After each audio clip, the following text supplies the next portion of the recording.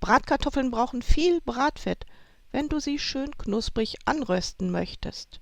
Meine Mutter hat sie mit Schmalz oder Margarine gemacht. Mit den Jahren habe ich mich davon entfernt. Eine Weile verwendete ich Olivenöl zum Braten, später Ghee. Wenn ich selbstgemachtes Ghee im Kühlschrank habe, dann greife ich dazu. Ansonsten klappt das Braten auch mit irischer Butter gut, solange man die Pfanne nicht zu heiß macht. Dass man auch mit Butter auf etwas höheren Temperaturen braten kann, das hat mich überrascht. Mir ist aufgefallen, dass irische Butter irgendwie cremiger ist und sich auch direkt aus dem Kühlschrank recht gut streichen lässt. Experimentierfreudig wie ich bin, testete ich also aus, was diese Butter noch so alles kann.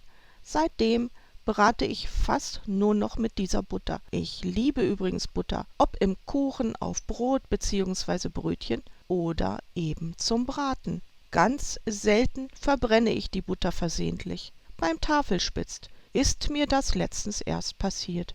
Die WMF-Pfanne ist noch relativ neu und ich unterschätzte die Hitzeleitfähigkeit dieser Pfanne. Die hat Wumms. Zum Glück bemerkte ich es schnell und regelte die Temperatur etwas herunter. So gab es eben noch ein paar Röststoffe mehr, die zu meiner Erleichterung auch nicht bitter schmeckten.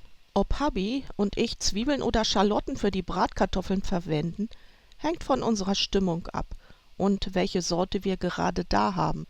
Für Bratkartoffeln muss man sich nicht strikt an ein Rezept halten. Bestimmt schmecken auch Frühlingszwiebeln dazu, die ich allerdings mit einer gewissen Vorsicht anbraten würde. Bratkartoffeln gibt es bei uns, wenn wir am Vortag für ein anderes Gericht Salzkartoffeln brauchen. Wir schälen und kochen einfach mehr Kartoffeln.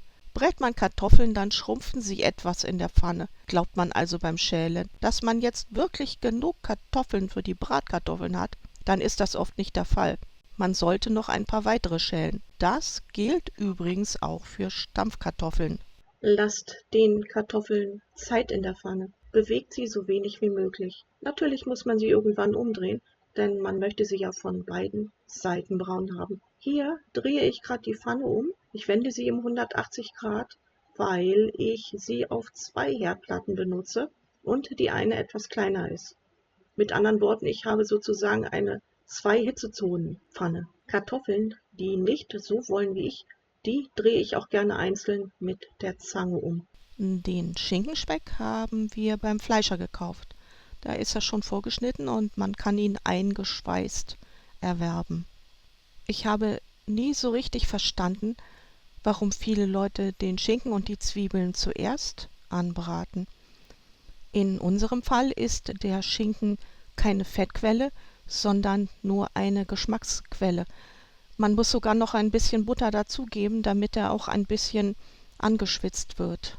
Bei den Zwiebeln ist es so, wenn man sie vor den Bratkartoffeln in die Pfanne gibt, dann verbrennen sie. Und ich finde das nicht besonders schön. Ich möchte sie ja ein bisschen angeschwitzt und auch leicht gebräunt haben, aber ich möchte sie nicht verbrannt haben. Deshalb gebe ich die Zwiebeln erst später hinzu. Benutze ich eine runde Pfanne, dann schiebe ich das Bratgut, also in diesem Fall die Kartoffeln, rundherum an den Rand der Pfanne und brate zum Beispiel die Zwiebeln in der Mitte an. In diesem Fall habe ich ja die ovale Pfanne verwendet und habe die Kartoffeln einfach auf die weniger warme Seite der Pfanne geschoben, um dann genug Platz zum Anbraten der Zwiebeln und des Schinkens zu haben. Unsere Bratkartoffeln sind meistens mit Ei, das heißt, ich verquirle 2 bis 3 und manchmal auch 4 Eier, je nachdem, wie viele Bratkartoffeln wir haben, mit etwas Milch, gebe Salz, Pfeffer und Muskat hinzu und gieße das Gemisch dann in die Pfanne. Mit der Zange lockere ich die Bratkartoffeln ein bisschen auf, damit das Ei auch gut anstocken kann.